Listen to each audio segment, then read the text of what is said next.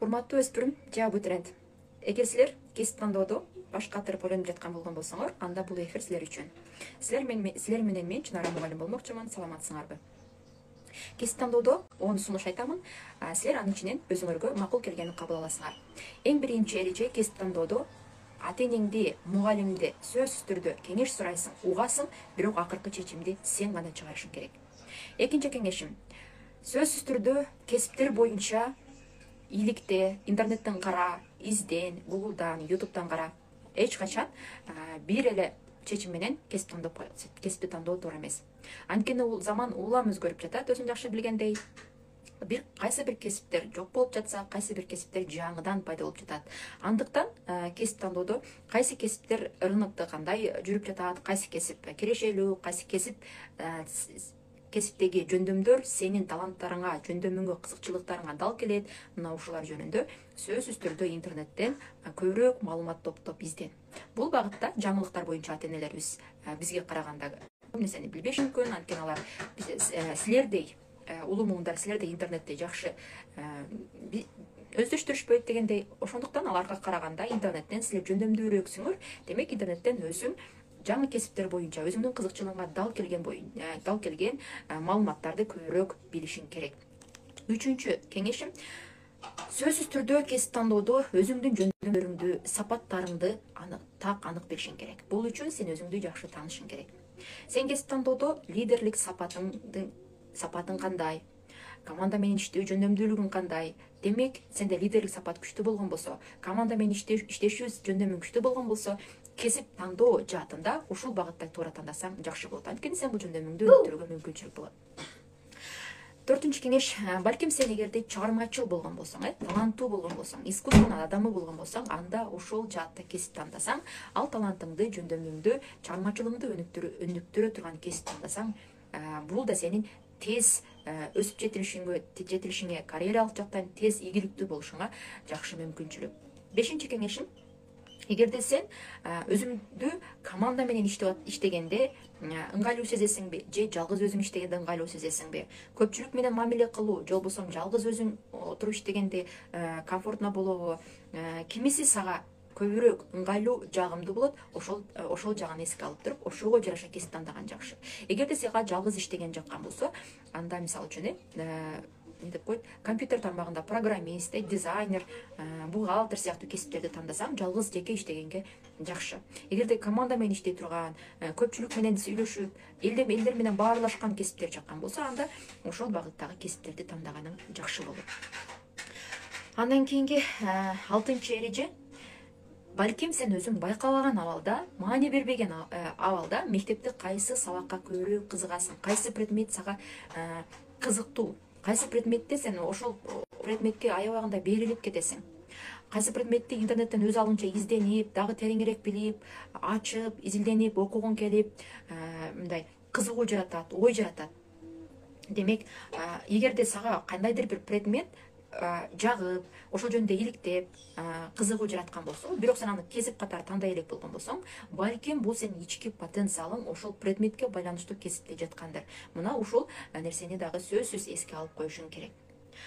6-чы кеңеш: сөзсүз түрдө кесип тандоодо адашып калуудан коркпошум керек, ката кылбашым керек, туура кесип тандашым керек деген түшүнүктөн арылышым керек. Анткени бул ката кетирүү, адашуу бул норма. Балким сен мисалы үчүн кесип тандагандан адашаптырсың, бирок ошону менен эле жашоо токтоп калбайт дегендей, которулуп аласың, же башка бир чечимдерин чыгара аласың. Эң негизгиси сен өзүңдү, күчтүү жагыңды аныктаган, сага кызыкчылыктарыңа дал келген кесипте адашсаң дагы, ката кылсаң дагы тапканың маанилүү экендигин эске алышың керек. 7-чи эреже: сен жашоодо кимди кумир тутасың, кимди идеал катары кармайсың? Балким ал сенин жакын адамдарың болушу мүмкүн, жакын тааныштарың болушу мүмкүн, же болбосо жөн эле белгисиз кандайдыр бир белгисиз деген эмес, жакын адамдарың же тааныштарың, же болбосо таптакыр эле бейтааныш, элге белгилүү бир футболчулар дейбизби, ырчылар, кандайдыр бир элге белгилүү адам болушу мүмкүн. Ошол адамга сен эмне себептен суктанып атасың, эмне себептен кызыгып атасың, эмне себептен ал адам сен үчүн баалуу болуп атат? Мына ошону эске алып көр. ал адам кандай кыйынчылыктар менен же кандай аракети менен мээнети менен ошол ийгиликти жарата алды. Бул сен үчүн өтө маанилүү. Адам жөндөн жөн эле бир нерсеге суктанбайт. Демек бул суктануу, ага таң калуу, ага баа берүү, бул сапат же жөндөм сенде да бар экендигин билдирет. Мен эч качан жашоодо, мисалы мен өзүмдү алайын, спортчуларга же музыканттарга суктанбайм, анткени ал жөндөм менде жок. Мен сөзсүз түрдө мисалы үчүн илимий даражасы жогорку адамдарга суктанам, анткени ошол нерсеге мен өзүм да кызыгам. Мына ушул сыяктуу сен дагы кимге кызыгасың, кимди көмөр тутуп, идеал тутасың, ошол нерсени так билип, ошо өзүңдүн эмнеге кызыгып жаткандыгыңды, эмне сени кызыктырып атканыңды билишиң керек. 8-чи кеңешим, эч качан ата энеңдин же жакындарыңдын кеңеши менен ушулар туура айтат да деп эле жөн эле бир окуу жайга тапшырып калуудан алыс болушуң керек. Мисалы, мен өзүм чындыгында эле психолог болгум келген. Психология факультетинде орто сынагынан балым да жеткен, бул жеткен местадан окууга да өткөнмүн. Бирок ал мезгилдеги ата энемдин кеңеши менен психологдор каяктагы психбольницада иштейт деген кеңеши менен мен макул болуп мугалимдик кесипти тандап алганмын. Бирок мугалимдик кесип мен аны менен жектегим келбейт. Кыскасы мен ошол ата эненин тилин алганмын. Бирок кандайдыр бир 2 жыл, 3 жыл ошол студент болуп жүргөнүмдө бул кесип меники эмес экендигин, каалоом жок, кызыкчылыгым жок, мына ушундай жагымсыз абалдар болгон. Эгерде кесипти сен ата энең үчүн же болбосо алардын кеңеши менен тандап алган болсоң, сөзсүз түрдө сен ал тараптан кызыгуу менен, изилденүү менен окубайсың, өзүң менен иштебейсиң, убакытты, жылдарды текке кетирип коюшуң мүмкүн. Анткени бул кесип сенин кызыкчылыктарыңа, жөндөмүңө, каалооңо ушунчалык дал келиш керек дагы, сен ал тармак боюнча кызыгуу менен, ырахат алуу менен изилденип, окуп, өзүңдүн үстүңдөн иштеп, өзүңдү кайра жасап, өзүңдү жаңыдан жаратып, самореализация деп коет, өзүңдү реализация кылышың керек. Ички катылып жаткан белгисиз таланттарыңды ачып чыгышың керек. 9-чу кеңешим, азыркы заман мурдагыдай биздин заманыбыздай эмес. Биз жаштыгыбыздай заман эмес. Азыркы заман өзүңөр билгендей роботтошуу деп коет, башкача айтканда компьютерлешип, автоматташтырылып жатат. Демек келечекте көптөгөн кесиптердин ордун роботтор алып калышы ыктымал деп бардык окумуштуулар айтып жатышат. Демек биз азыр келечекте ким болом деген суроонун ордуна мен кандай болом, мен эмне үчүн ошондой болушум керек деген суроонун үстүнөн көбүрөөк ойлонушуң зарыл. Мен келечекте кандай адам болом, мен эмне үчүн ошондой адам болушум керек деген суроолорго баш катырышың зарыл. Менин жашоодогу максатым эмне? Менин жашоомдун маңызы кандай деген суроолорго жооп таап, кандай адам болом деген суроого жооп тапканыңда, ошол тармактагы кесипти тандаганың жакшыраак болот сен үчүн.